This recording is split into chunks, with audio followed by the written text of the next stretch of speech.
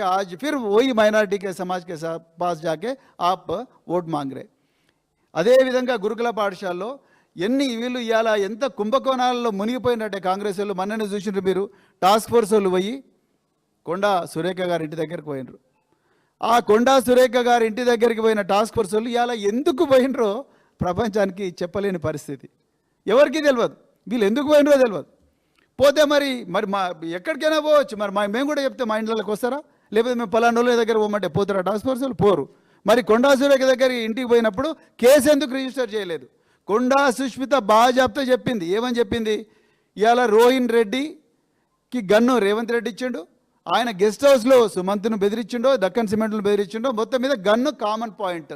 gun పట్టుకోవడం licence లేకుండా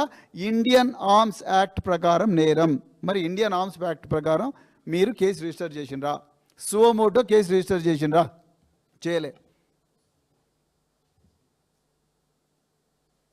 అదేవిధంగా మేడారం టెండర్లో కొట్లాడుకున్నారు ఇంకా చిల్లర ఎంత చిల్లరంటే లిక్కర్ బాటిళ్ళ మీద లేబుల్ల హోలోగ్రామ్ల మీద కూడా 100 కోట్ల కుంభకోణం చేస్తున్నారు అంటే డబ్బుల గురించి ఇంత కక్కుర్తి పడుతూ మీరు ఇట్లా రోజు కొట్టుకుంటున్నందుకే ఇవాళ గురుకుల పాఠశాల పిల్లలు చచ్చిపోతున్నారు అది పాడి కౌశిక్ రెడ్డి గారి బాధ అందరి బాధ మొత్తం తెలంగాణ బాధ ఇదంతా కూడా కేసీఆర్ గారు అయితే మన కన్నీళ్ళు పెట్టుకున్నాడు ఇంత గొప్ప తెలంగాణ గురుకుల పాఠశాలలు